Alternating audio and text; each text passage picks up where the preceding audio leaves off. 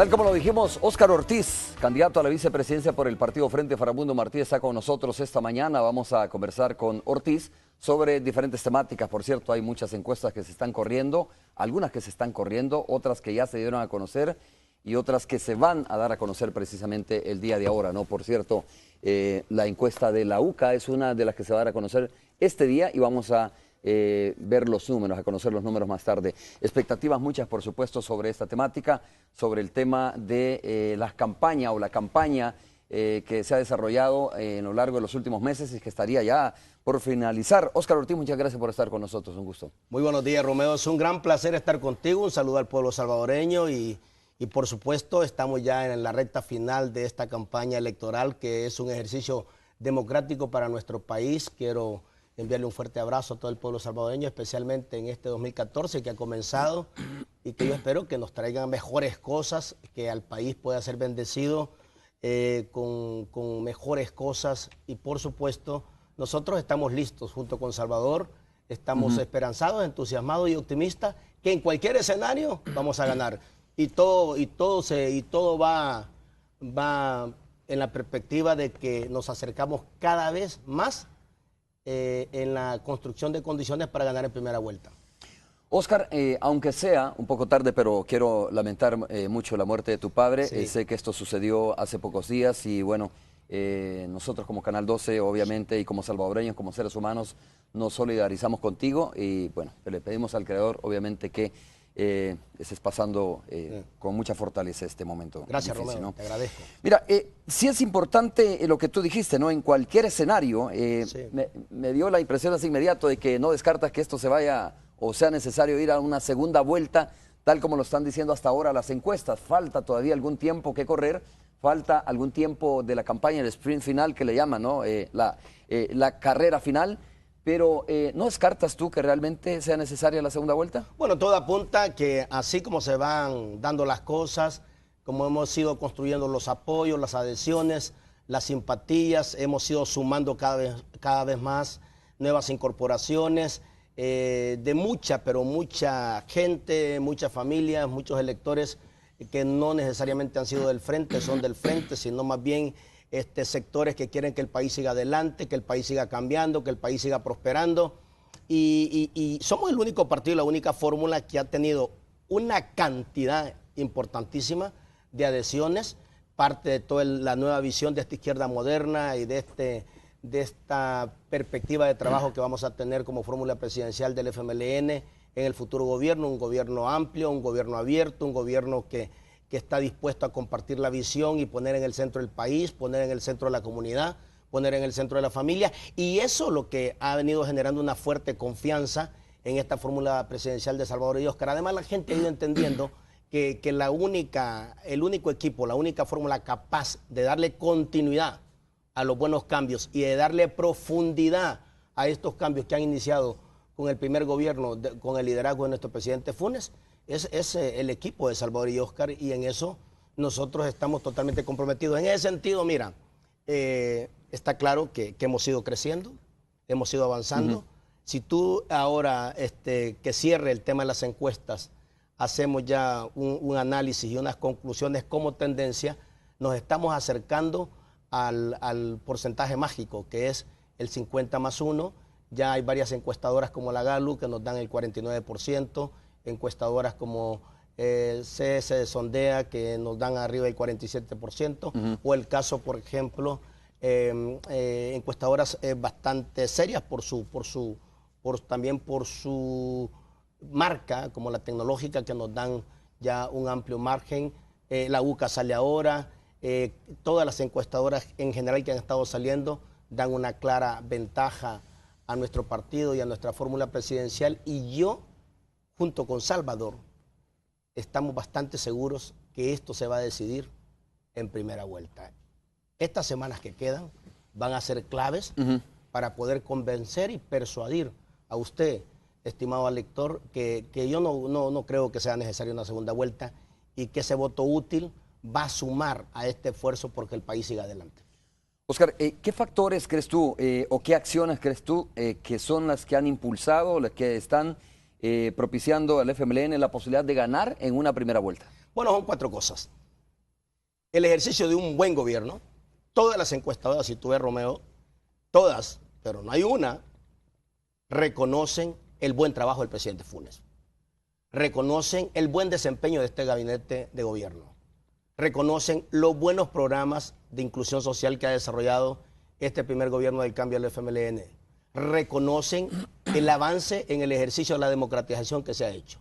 Se reconoce que este gobierno enfrentó con éxito un plan anticrisis, recibimos una economía con menos 3% y la pusimos en la ruta del crecimiento sostenido hasta un 2% cerrando el año 2013 y con una enorme posibilidad de crecer en el 2014 más allá del 2.6%, que es el objetivo que tenemos con Salvador de llevar a la economía a un crecimiento sostenido arriba del 3%. Y por supuesto, un gobierno que ha hecho avanzar los niveles de democratización. Por ejemplo, dentro de este gobierno del cambio, donde se ha dado la ley de partidos políticos, el voto desde el exterior, los gobiernos municipales plurales, la ley de acceso a la información, todo este ejercicio interesante del equilibrio, los pesos y contrapesos de los poderes públicos. No hay duda de que ha habido una especie de potenciar la institucionalidad política. Entonces la gente lo reconoce, la gente sabe que no podemos volver atrás, la gente sabe que hay que seguir adelante. Y por otro lado, además del buen desempeño de este gobierno, que anda siempre por niveles de 6.5, 7, el presidente ahora siempre recupera... Esa es una buena pregunta. Mira, ¿es un buen desempeño, esa evaluación que tú me estás mencionando, es del gobierno o es del presidente Funes? Bueno, es que podrías decir la misma cosa, ¿no? Pero... Bueno, es que nada es absoluto. El presidente Funes tiene su propio capital como líder, un líder indiscutible de este país que ha trabajado en beneficio del país y la nación entera. En ese sentido, no sería lo mismo un gobierno mal evaluado que un gobierno bien evaluado. Y tenemos un gobierno del FMLN bien evaluado. Tenemos un presidente bien evaluado. Tenemos una gestión bien evaluada. Entonces, ese es, de muchas maneras, un elemento positivo para nosotros. Ok, tú decías cuatro cosas. Segundo, un buen gobierno. Segundo, el partido más fuerte. Hoy por hoy el FMLN es el partido más unido, más integrado, más fuerte, más desplegado, con mayor capacidad de poder generar el soporte necesario para los grandes desafíos que necesitamos enfrentar en los próximos 5 años y sobre todo un partido moderno, un partido que ha entendido que no se puede gobernar solo, que el país requiere de otros actores, que el país requiere de otros liderazgos, que requerimos trabajar con unas amplias alianzas, con unos pactos, con unos compromisos donde pongamos siempre al centro El Salvador, la familia y la comunidad, no grupos de intereses privilegiados. Eso quedó atrás. Necesitamos poner en el centro el país y eso es lo que este primer gobierno ha hecho y por eso los grandes avances. Tercero, la fórmula presidencial mejor integrada. Salvador y Óscar somos un equipo de trabajo desde que comenzamos. Si tú ves, las otras fórmulas han tenido serios problemas, incluso se hablaba hasta de que una de las partes de esa fórmula estaba a punto hasta de renunciar. Nosotros desde que el partido a través de una gran convención masiva nos lanzó, básicamente hemos estado trabajando con Salvador como equipo y siempre me acuerdo que en una entrevista que yo estuve contigo te dije, mira, este equipo que hemos conformado con Salvador y Salvador como el principal timonel de todo este gran proyecto, va a ser un equipo para ganar y para gobernar. Y la gente ha logrado captar con mucha confianza este trabajo en equipo de Salvador y Óscar. Este equipo que va a servir para ganar en primera vuelta y para gobernar muy bien los próximos 5 años. Y el otro elemento no menos importante es básicamente que tenemos una propuesta que da una perspectiva de futuro, una propuesta que ahora ha ido levantando esperanza, optimismo, entusiasmo, y sobre todo que le hemos dicho a la gente, el país va a seguir creciendo, el país va a seguir cambiando. El Salvador tiene la capacidad de seguirse transformando en positivo y de construir escenarios para heredarle un mejor país a la generación que viene creciendo. En ese sentido, la propuesta que hemos venido desarrollando, trasladando y comunicando como fórmula presidencial del FMLN es una propuesta que tiene perspectiva de futuro, perspectiva de prosperidad, de crecimiento y lo hemos hecho de manera limpia. Siempre fue el compromiso de la fórmula presidencial del FMLN de hacer una campaña limpia, de hacer una campaña de propuestas, de no dejarnos provocar, Romeo. Y yo creo que casi a a un poquito más de un año, hemos sostenido y mantenido esa palabra y esa posición. La fórmula presidencial del FMLN, vamos a terminar esta campaña haciendo un ejercicio directamente conectado con los electores, con usted ciudadano, porque nos interesa que al final de todo esto las campañas electorales se conviertan en un elemento cívico para profundizar este ejercicio de democratización del país. Entonces, ahí hay cuatro elementos importantes que te dicen. Sí, tú los mencionabas, ¿no? Un buen gobierno, un partido más fuerte, una fórmula más integrada y la mejor propuesta, decías tú, que son los cuatro ejes que hacen la diferencia. Yo quiero hacer énfasis sobre esto y que me expliques un poco más esta situación, ¿no? Cuando hablas, por ejemplo, de un partido más fuerte se entiende en términos de que es capaz de lanzar puentes, que es capaz de atraer, digamos, sectores que no necesariamente son militantes del partido. Conocemos lo que significa el voto duro de cada uno de los partidos políticos, pero un partido se fortalece en la medida que gana más adeptos, en la medida que gana más simpatías de sectores que no necesariamente confiaban en ese partido político anteriormente.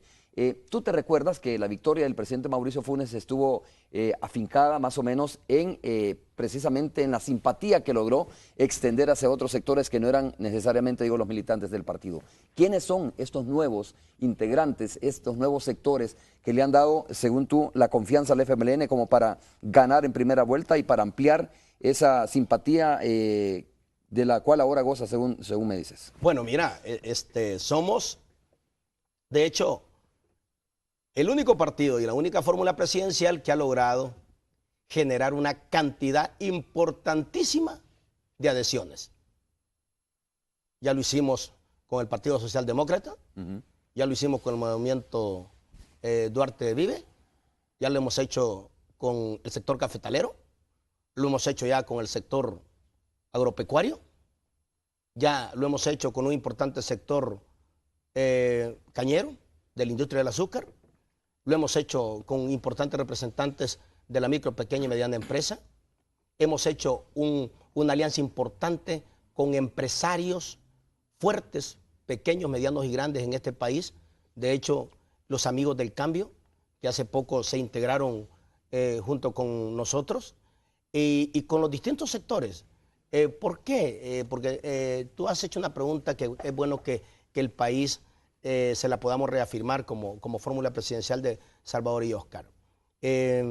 La clave para sacar adelante El Salvador es que entendamos que todos los salvadoreños y salvadoreñas son importantes y que todos los sectores tienen capacidad para poder aportar y contribuir a las mejores propuestas y a las mejores soluciones. Pasaron los tiempos aquellos en los que se creía que solo porque tienes un partido fuerte puedes ganar una elección o puedes conducir bien un país. Para hacer un buen gobierno se requiere tener una perspectiva abierta, una visión compartida del futuro, una visión compartida del mejor El Salvador que queremos. Eso no podemos hacerlo solo Salvador y Óscar. Eso lo tenemos que hacer no solo con la fórmula y el partido. Eso lo tenemos que hacer con todos aquellos sectores que abrazan la democracia, que abrazan el desarrollo, que abrazan la prosperidad y que ponen en el centro El Salvador. Esa es la clave que nosotros estamos diciendo con Salvador. Poner en el centro el país, poner en el centro la familia, poner en el centro la comunidad. Y eso es lo que nos ha ido permitiendo abrir ese espacio de confianza, incluyendo una fuerte alianza entre el sector público y el sector privado. Entre esta fórmula presidencial y aquellos que hacen posible que crezca la economía, que se generen nuevas posibilidades de empleo, que es el sector privado, que son los emprendedores, que son los empresarios. Nosotros con Salvador apostamos por más y mejores empresarios en El Salvador, ampliar el pastel de los empresarios, ampliar la plataforma emprendedora, la plataforma empresarial, porque en la medida que nosotros ampliamos y fortalecemos la plataforma empresarial de El Salvador, en esa medida estamos asegurando la posibilidad de acercarnos mucho más a ese crecimiento económico sostenido que queremos producir en los próximos años junto con Salvador para generar más empleo, que es la principal prioridad. Este gobierno va a terminar con un promedio de 25,000 empleos por año. Óscar, y esta ampliación, digamos, de las adhesiones, de la base, ¿no? De lo que tú estás hablando, de esta visión de inclusión, nace por una necesidad del partido de lograr más simpatías para ganar las elecciones o nace por una necesidad real de lo que tú dices, de dejar, de marginar a sectores importantes, de pretender que el país pertenece nada más a un partido político y desde ahí se maneja todo? Bueno, ¿De dónde nace esta visión? Porque tú me hablas y comenzaste esta entrevista diciendo que estamos ante una izquierda moderna. Abierta. Bueno, mira, te voy a poner un ejemplito rapidito, sí, y luego hacerte una definición sobre este tema. A mí siempre me preguntaban, ¿y cuál es la clave de haber cambiado Santa Tecla, de haber hecho de Santa Tecla un éxito de gestión pública? Yo les dije, la clave ha sido poner en el centro de Santa Tecla y trabajar con todos los sectores. Yo solo no lo hubiera hecho. Solo con el respaldo de mi partido no lo hubiera hecho. Solo con el acompañamiento del equipo de mis compañeros concejales y la estructura ejecutiva de la alcaldía no lo hubiera hecho. Se requería de la energía, la fuerza y la potencia de los tecleños y tecleñas que aportaran a la ciudad. Es lo mismo con el país. Ya no puede ser, o sea, ya no se puede creer que El Salvador va a recuperar su capacidad de líder como país en Centroamérica si seguimos apostando por viejos paradigmas. ¿Y cuáles eran los viejos paradigmas? Que el país se gobernaba sobre la base de privilegios, sobre la base de grupos que imponían su agenda, que imponían sus prioridades, pero golpeando la posibilidad de desarrollar el país entero. Eso se llama los gobiernos de privilegio. Esos quedaron atrás. El país no puede volverse a dar esos lujos. El país requiere que todos pongamos a El Salvador como el centro más importante de las grandes apuestas y las grandes prioridades. Y ahí no puede ser que nosotros, junto con Salvador, con el buen primer ejercicio que ha hecho el presidente Funes, volvamos a aplicar un método tradicional que responde más a un esquema pasado de lo que el país demanda. El país demanda una amplia concertación, el país demanda pactos, el país demanda generar confianzas, el país demanda una apertura en todos los campos, en la democracia, en el campo de inclusión social, pero también en el campo político.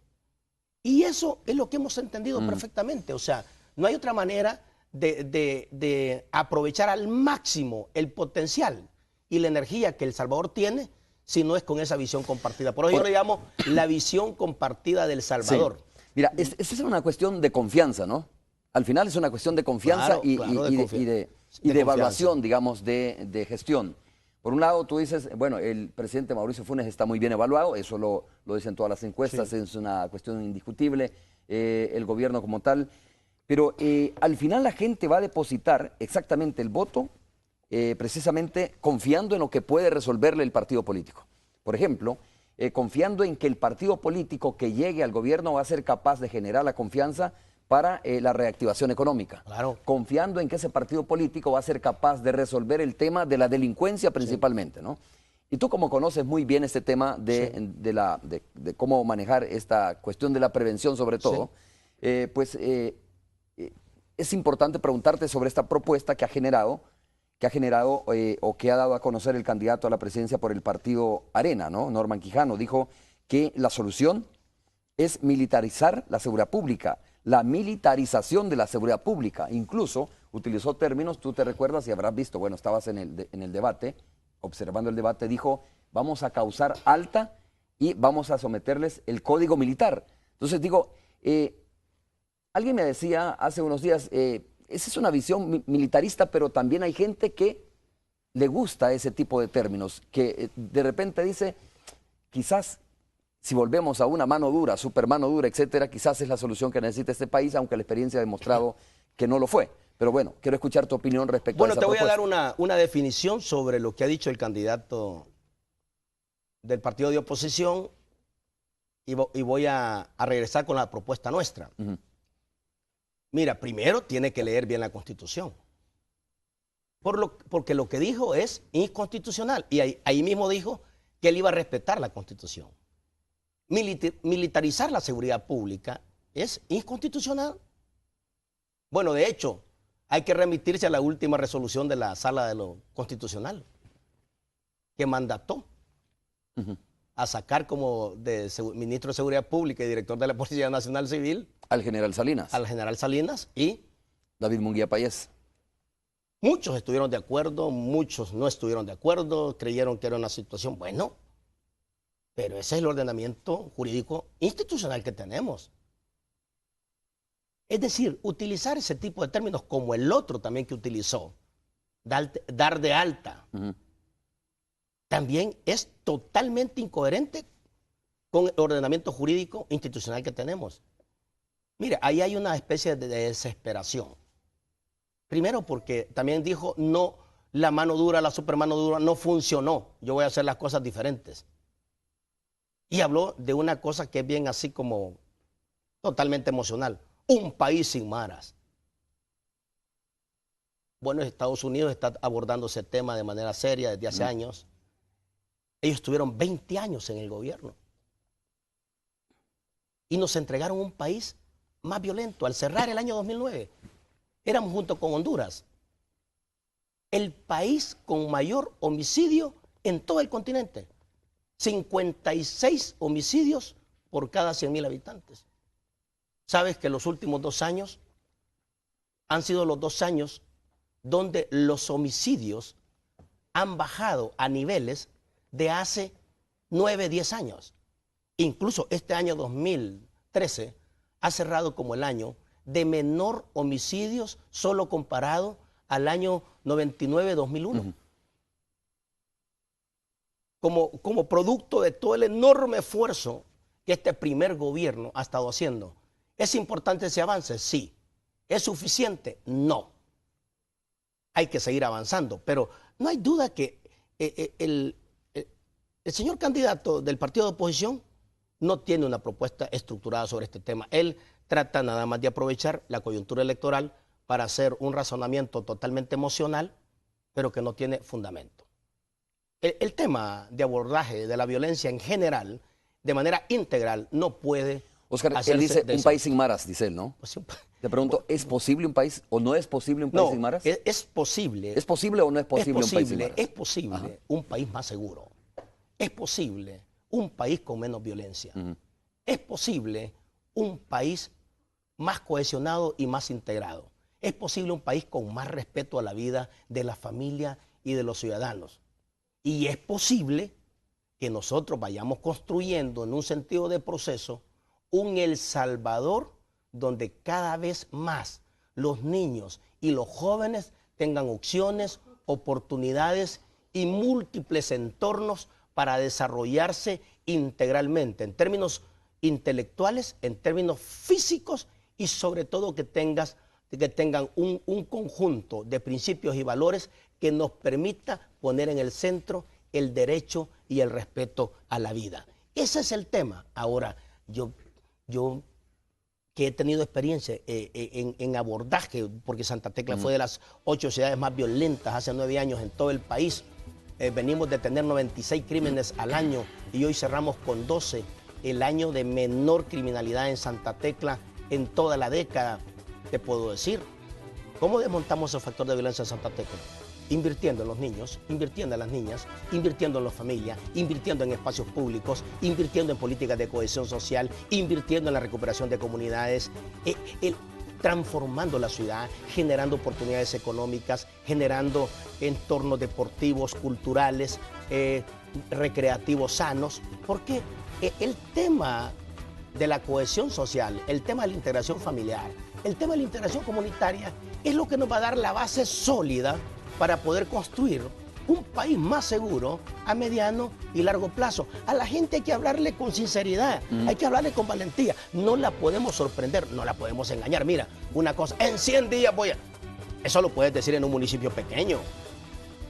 Pero tú no puedes decirle a la gente, porque la gente ahora está mucho más informada, la gente saca conclusiones, análisis. ¿Cómo vas a decir que en 100 días vas a resolver unos temas que en 20 años ni tan siquiera, no solo no pudieron contenerlos, es que los dejaron que se desbordaran? Y ahora están reclamando que en tan solo 4 años tú hagas lo que nunca ellos pudieran hacer. Y luego regreso, Romeo, porque sé que vamos al corte, estoy escuchando la musiquita, claro. Luego regreso para hacerte las propuestas de fondo en el tema de un país más seguro en los próximos Luego años. Regreso para que me contestes lo siguiente. Mira, este escenario es bien sencillo, ¿no? Es una cuestión de mucha... A ver, es una comparación que voy a hacer, pero te podría decir alguien, es que Santa Tecla nunca fue un municipio tan violento para comenzar, Bueno, ¿no? yo te dije que era de Ahora, los más violentos. Exactamente, pero quiero preguntarte lo siguiente. ¿Es posible trasladar esa experiencia que tú has vivido en Santa Tecla de prevención del delito, de la delincuencia, a un municipio extremadamente violento? Así se conocía, no estoy muy claro cuáles son los índices en ese momento, como la Campanera, por ejemplo.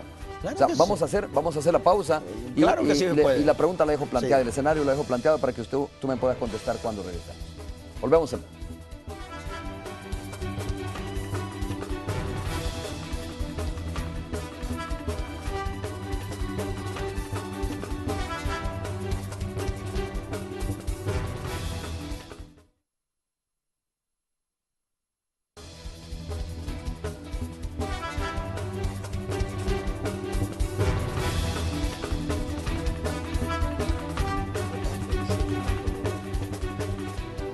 Muy bien, estamos de regreso conversando con el candidato a la vicepresidencia por el partido Frente Farabundo Martí para la Liberación Nacional. Estábamos, antes de irnos a la pausa, haciendo este escenario, poniendo este escenario, si es posible trasladar, digamos, una experiencia como la que vivió Santa Tecla, que fue gobernada por muchos años por Óscar Ortiz, es posible trasladarla a un municipio extremadamente violento, como lo fue la Campanera en su momento, o como tantos municipios que todavía existen, ¿no? En Lourdes, Colón, por ejemplo, hay varios municipios, hay varios lugares que son extremadamente violentos.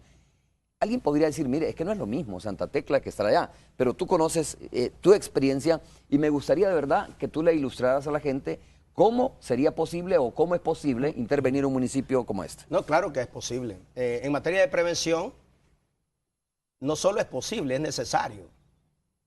Ahora, no es suficiente, no, tú no puedes actuar solo en la línea de la prevención. Por eso que nosotros ahora hemos estructurado una propuesta en 3 grandes áreas que es parte del seguimiento y la profundización de la plataforma integral de tratamiento en materia de seguridad pública que ha venido empujando este primer gobierno liderado por el presidente Funes. Pero claro, hay que hacer algunos giros. Por ejemplo, con Salvador hemos dicho, este va a ser uno de los 3 grandes temas.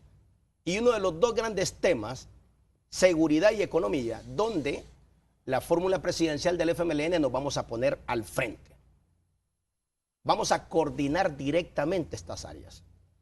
El tema de seguridad es uno de los más relevantes, de los más urgentes, que podamos nosotros entrarle con todas las condiciones y con todo el poder que el Estado tiene para poder generar condiciones de dar resultados cada vez más efectivos. Y en ese sentido, en primer nivel, Romeo, lo primero que vamos a buscar es seguir bajando homicidios y desmontar las redes de la extorsión.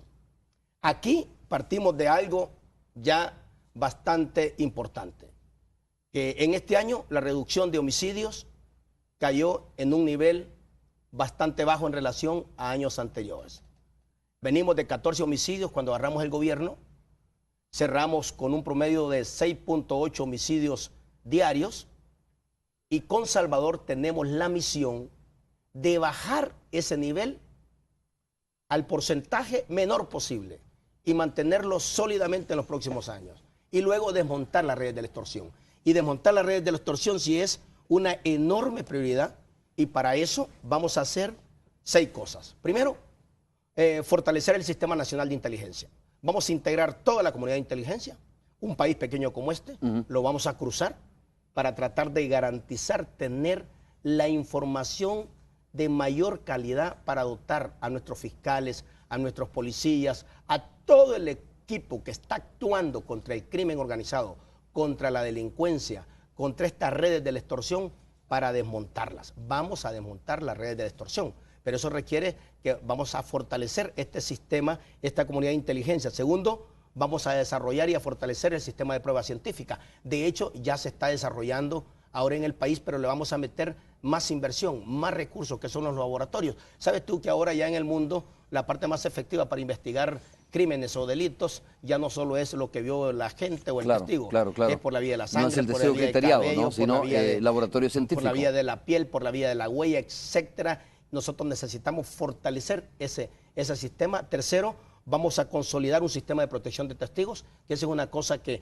hay que mejorar, porque eso te da confianza, porque si el testigo sabe que no está bien protegido, él y su familia, de seguro que no va a querer colaborar, y en eso tenemos que crear todo un entorno adecuado. 4, vamos a consolidar el sistema de protección social, el sistema de protección social y jurídico para el policía y sus familias, para el fiscal y sus familias, porque también el Estado no le puede tener miedo absolutamente a ningún delincuente, a ningún grupo de delincuentes, a ninguna red de crimen organizado. El Estado tiene que siempre pararse con valentía, con solidez, y para eso la estructura de policía, de fiscales, la comunidad policial y fiscal tienes que protegerla y tienes que garantizarle, darle un sistema creciente de protección social, pero también de garantía jurídica. Pero al mismo tiempo tenemos que garantizar la incursión de nuevas tecnologías. Las tecnologías van a ser clave para avanzar mucho más rápido. Sistemas de información, sistemas que rápidamente al policía le puedan dar un dato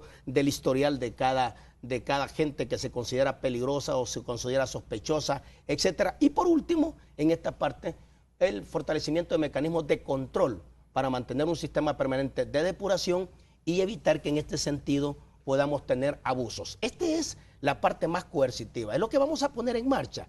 Y después, lógicamente, tenés otra parte que va a ser nuestra prioridad, Romeo. Te lo digo rápidamente, que es un sistema penitenciario fuerte, un sistema penitenciario moderno y capaz de hacer cumplir Cuando las dices penas. fuerte y moderno, ¿a qué te refieres? Fuerte y moderno quiere decir que nosotros tenemos que tener un sistema penitenciario que sea capaz de romper gradualmente y progresivamente con el sistema de hacinamiento que tiene. Imagina que hoy tenemos un promedio del 360% de hacinamiento. En los estándares promedio tenemos que llegar a un 130%.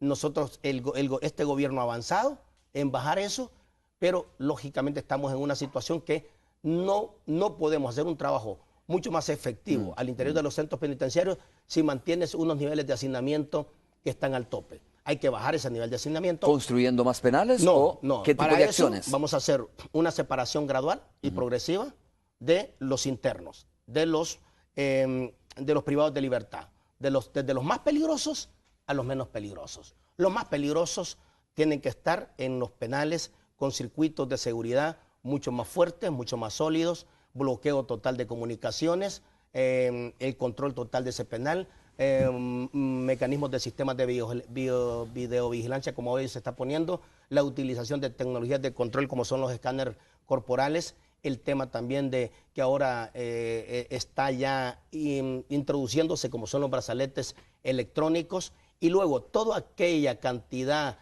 de internos que no son de alta peligrosidad, que no han cometido crímenes o que tienen delitos leves, tú los pones en una situación rehabilitante y en una situación productiva, de autosostenimiento. Y aquí viene la multiplicación de las granjas productivas que ya están en marcha, que hay que fortalecerlos. Vamos a negociar espacios con otros actores del Estado para poder ganar espacio físico y permitir que estos reos en fase de confianza se puedan convertir en una población también productiva para ellos y para su familia. Entonces, esta separación va a ser buena porque te va a permitir un mayor control, pero también te va a permitir evitar que se multiplique el delito en los exteriores sobre la base de permitir que los de adentro se sigan comunicando. Y la tercera parte, que es lo que tú me dijiste, la prevención. Las políticas de cohesión social, que son como el soporte de estas primeras dos aspectos a los cuales les vamos a entrar con todo, junto con Salvador. Le vamos a poner el liderazgo que se requiera, los recursos que se requiera, pero una cosa puede estar seguro el salvadoreño y la salvadoreña, que el próximo liderazgo de este país, de Salvador y Óscar, vamos a controlar las extorsiones, vamos a desmontar las extorsiones y vamos a bajar los homicidios. Nosotros estamos confiados que este es un pueblo inteligente y valiente. Y nosotros estamos también totalmente claros de que este tema es vital para poder alcanzar también el éxito en el crecimiento económico sostenible. Bueno, a Fernando Lara, un saludo Fernando que nos está viendo por supuesto y me dice, la Campanera no es un municipio, hace la corrección. Si lo dije en determinado momento que la Campanera es un municipio. Es una comunidad. Sí, es una comunidad, es una colonia de Soyapango, una colonia que es una colonia grandísima, exactamente, que casi es un municipio, por decirlo de esa manera. Que de hecho ahí hay un programa interesante. Pero lo que quiero decir en esto es, bueno, sí, igual lo que trataba de hacer es una comparación, ¿no? De un lugar que ha sido conocido extremadamente como violento, no sé si lo es en este momento, con el ha municipio mejorado de la Santa Campanera Tecla. porque se le ha hecho una intervención. Óscar, no pretendo con la siguiente pregunta que tú me respondas lo que no quisieron responder los candidatos a la presidencia de la República durante el debate, por cuestiones de tiempo, porque algunos probablemente no sepan cómo hacerlo y es mejor esconder el tema en vez de hablar de él, ¿no? Me estoy refiriendo específicamente al financiamiento. Cuando uno escucha todas estas propuestas, no deja de ponerse optimista, al igual que cuando escucha otras propuestas de otros candidatos a la presidencia de la República o vicepresidencia, no deja uno de ponerse optimista de que es posible salir de la oscuridad y al final lograr ver la luz. Me refiero al tema de las extorsiones, la zozobra con que viven miles de cientos de salvadoreños, tal como tú lo mencionabas, pues es comprensible, pero cuando hablas tú de tecnificar la policía, de hacerla científica, de no irse por el testigo criteriado, sino más bien por la policía, por la investigación científica, pues obviamente uno dice, ojalá que hacia ahí vayamos. Pues la pregunta tú ya la sabes, ¿no? Sí, financiamiento. O sea, sí, financiamiento, porque bueno, sí, de verdad uno dice, los empresarios no van a querer pagar más. Bueno, no es que se trate que deben de pagar más, tienen que pagar lo que no pagan algunos, la mayoría obviamente lo hacen. Pero no alcanza la plata aún así, ¿no? Mira, cuando tú haces el presupuesto dices, me falta esa fue una deuda. Si quieres hacemos la pausa, sí, ¿te está parece? bien, porque ese tema sí lo quiero dejar. Qué bueno que me lo preguntas, porque también hay que hablarle a la gente de manera... Pues sí, de manera franca, así que no va a venir Mandrake con una varita mágica a resolver el tema. Hay que resolverlo nosotros. Vamos a ir a conocer cómo es el tráfico vehicular con Alejandra Canales. Alejandra, adelante, estamos listos para escuchar tu reporte. Real Rent Car presenta el reporte del tráfico.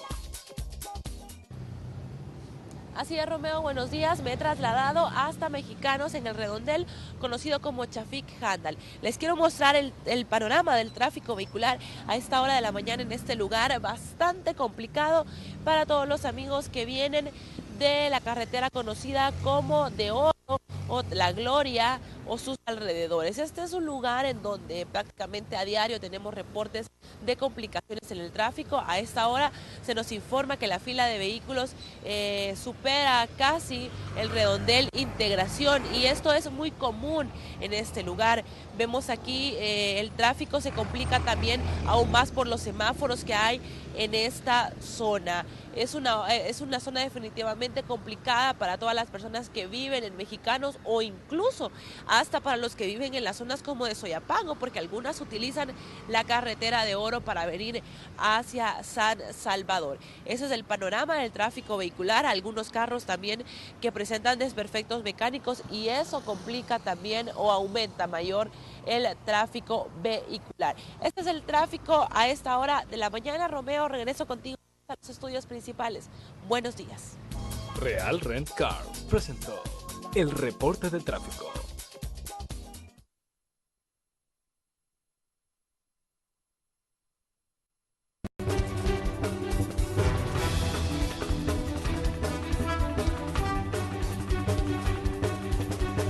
Tony Cabezas está listo. Bueno, Óscar Ortiz está conversando con nosotros. Tony, quiero aprovechar la audiencia, ¿no?, de la radio y la audiencia de Canal 12 también para preguntarle a Óscar. Tony le decía, no pretendo que tú me respondas lo que por tiempo, por lo que sea, los candidatos a la presidencia no lo hicieron durante el foro que se desarrolló, pero sí es importante que Óscar, por ejemplo, nos explique, aprovechando el tiempo que nos queda, pues cómo se pueden financiar todas estas iniciativas que dije antes de ir a la pausa, no deja de entusiasmarle a uno cuando proponen los partidos políticos, ¿no? Los candidatos proponen cosas, no deja de entusiasmarse de uno de decir, ¿será posible esto? Así que, Tony, te saludo, ¿cómo estás? Un saludo nuevamente para ti y para el alcalde, que entiendo está programado a que nos visite mañana, a nosotros. Sí, Tony. Está confirmado para mañana, pero sí creo que es importante lo que tú decías, Romeo, por el poco tiempo, escaso tiempo que hubo en este foro, debate de ASDER, bueno, el cómo se convierte en algo importante. y de dónde tela si no hay araña, como dice la frase, en cuanto a la parte económica para desarrollar un montón de proyectos que ahora los candidatos están prometiendo. En el caso del FMLN, Óscar Ortiz, ¿cómo sería la cosa? Tony, muy buenos días. Efectivamente, mañana voy a tener el gusto de estar contigo en ese espacio tan escuchado por todos los salvadoreños y salvadoreñas. Hay 5 medidas que están planteadas en el tema de sostenibilidad fiscal y también que genere soporte para las grandes prioridades que nosotros hemos planteado y que en el centro está el tema de inversión creciente en seguridad pública, educación, que se va a llevar la mayor cantidad de esa reasignación creciente en los próximos años, y el tema de salud. Son como los 3 grandes componentes para tratar de fortalecer la plataforma de inclusión social y también tratar de darle respuesta a un tema como es el que hemos estado explicando aquí junto a Romeo para todo el país. Entonces, en esas 5 medidas, la primera es crecer económicamente. No me voy a detener ahí porque eso es lo que más se ha dicho. Crecer económicamente, multiplicar las actividades productivas, las inversiones, para ir más allá de un 3%. Este año 2014 está proyectado que la economía pueda crecer más allá del 2.6%, sobre todo por toda la cantidad de proyectos, programas que a nivel del sector público y el sector privado vamos a impulsar. Luego, segundo, garantizar, como se ha venido haciendo en nuestro primer gobierno, una eficiente recaudación fiscal. Este gobierno llegó de 13.2 a 16% en relación al Producto Interno Bruto. La meta del gobierno era llegar a 17, lo más seguro es que ahí va a quedar un punto deficitario, pero hay que reconocer el enorme esfuerzo que este gobierno hizo para recaudar recursos. Y eso es lo que permitió financiar la mayor cantidad, parte de proyectos de la plataforma de inclusión social. ¿Qué es lo que vamos a hacer nosotros? Como segunda medida, poner en marcha este programa de recaudación fiscal eficiente y efectiva que nos permita en los próximos 5 años llegar al menos al 19 del Producto Interno Bruto. América Latina anda entre el 20 y el 21, el promedio, ¿verdad? Y eso lo puedes hacer ¿cómo? Tienes que seguir bajando el tema de elevación. Que anda un tú estás diciendo poner en marcha un programa eficiente de recaudación fiscal. Sí, yo sé, pero en pocas palabras esto significa, mire, que las herramientas sean más efectivas para recaudar. Te digo, pero, o estás hablando de más impuestos, no es más impuestos terminar. En este caso. Sí, por este tema yo he decidido contestarlo para que después no vaya a ser malentendido. ¿Qué quiere decir? Lo que está haciendo este gobierno es básicamente seguir bajando la evasión y los factores de elusión. ¿Qué quiere decir? Todavía hay un 25-30% de evasión. Que bastante. Tiene que seguir. Y eso es lo que ha venido haciendo este gobierno, trabajando por hacer llegar más ingresos. Aquí todo el mundo tiene que pagar impuestos. Si la ley dice que hay que pagar impuestos, hay que pagar impuestos. Nadie puede estar evadiendo impuestos ni haciendo como se conoce la elusión fiscal. Es decir, hay que trabajar. O agarrando así donaciones directas. Vamos a ver, esa. Y luego ampliar la base tributaria. Porque también la cultura democrática implica también la cultura de pagar los impuestos, quien tiene que pagar impuestos. ¿Está hablando de un monotributo, por ejemplo, en el tema del sector informal? No, vamos a ampliar la base tributaria. Y básicamente este gobierno ya instaló un sistema para empezar a ampliar la base tributaria. Es decir, que toda aquella actividad económica que se vaya formalizando, que vaya entrando en el sistema, que así debe ser, tiene que ir pagando un tributo de acuerdo a su nivel de actividad, a su nivel de ingresos. Porque también no podemos permitir nosotros que haya una cantidad de gente que está pagando tributos y otra que no lo está haciendo. Ampliar la base tributaria. Luego de eso, que es importantísimo, nosotros tenemos que trabajar por una política de austeridad, no solo del gobierno, sino del Estado. Y tenemos que invertir en lo que hay que invertir, en las grandes prioridades, en aquellas cosas que multipliquen el potencial económico del país y, por supuesto, además de esa austeridad del Estado que tenemos que poner en marcha, por el otro lado es importante también decir, hay que hacer una lucha frontal contra la corrupción. A ver, porque esto es parte también importante de que tú no puedes seguir protegiendo a grupos que por años estuvieron en un vagón de privilegio y que no eran tocados por A o B situación y te drenaban recursos del Estado. Para darle oportunidad también a incorporar a esta charla a nuestro invitado, está con nosotros Ricardo Sosa Orellana.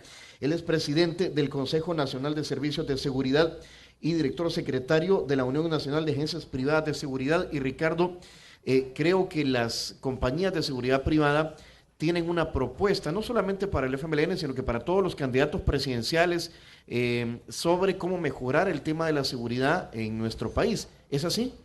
Buenos días, Romeo. Buenos días, alcalde. Un Buenos días. saludo. Efectivamente, los servicios privados de seguridad, que aglutinamos una fuerza laboral de 30,000 agentes privados de seguridad, estamos terminando un documento que vamos a presentar a los 5 partidos políticos para que lo consideren en sus planes de seguridad, ya que hasta el momento solo un candidato ha mencionado el tema de la seguridad privada y consideramos que tenemos un aporte que facilitar a esta nación y que hasta el momento no hemos sido considerados en los planes de prevención, en los planes de disuasión del delito. ¿Qué es el punto más importante que se podría adelantar sobre esta propuesta, por ejemplo, Ricardo?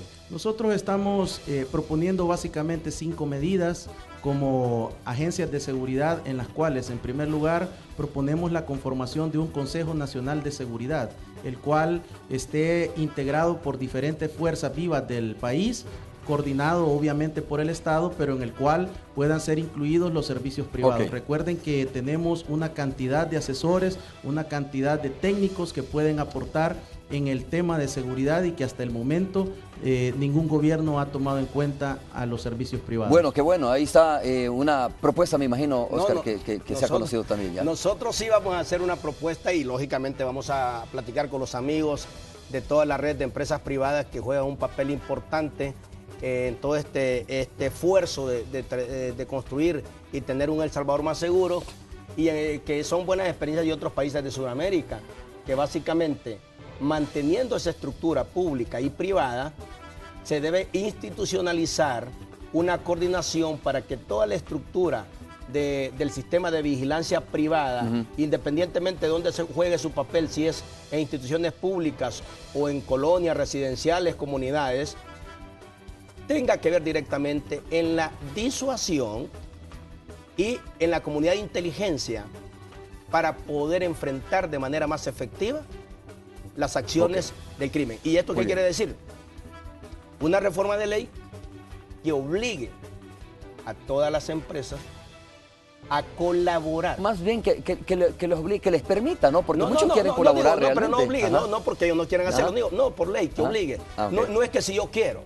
No, en este momento, alcalde, ya la ley de servicios privados de seguridad ya contempla el artículo en nuestra obligatoriedad de informar el cometimiento de un hecho delictivo. Sí, no, el cometimiento sí, pero no necesitamos cuando se comete. Sí, no, es necesitamos toda la información, claro. La información diaria, la información que se requiera, es preventiva, es disuasiva, no solo basta, porque ese es el problema, que hasta ahora es cuando hay un se ha cometido el hecho. Se ha cometido un hecho y no, necesitamos que toda esa estructura se ponga también en función dentro de las reglas del juego y dentro de la institucionalidad jurídica para que pueda aportar. De tal manera que sí, yo digo que con ellos no hay problema y van a hacer un aporte importante. Tony, muchas gracias, Tony, por haber estado en este enlace nuevamente. Gracias a ti, saludos. Veo mañana también. Veo mañana, Tony. Hasta luego, nos vemos. Muy bien, Oscar Ortiz, alcalde, candidato a la vicepresidencia también del partido Frente Farabundo Martí. Gracias por haber estado con nosotros. Si no nos hemos percatado, ya son cerca de las 8. Bueno, gracias Romeo por el espacio y nuevamente aprovechar las cámaras de Canal 12 para enviar nuevamente un agradecimiento a todos los televidentes y pedirles que quedan pocas semanas, que estamos bastante optimistas y esperanzados junto con Salvador, que vamos a ganar en primera vuelta, y quiero pedirte a ti, estimado amigo y amiga, que no vayas a fallar el 2 de febrero, que hay que ir a cumplir con ese compromiso democrático y que lo hagas por esta fórmula presidencial de Salvador y Oscar, que lo hagas votando por el FMLN para que el país pueda seguir adelante. Bueno, la pausa y regresamos en breve. Muchas gracias, Oscar. Regresamos en breve ya para el cierre de Hechos AM y los espectáculos. Así rápidamente le vamos a contar lo que está pasando en el mundo del entretenimiento.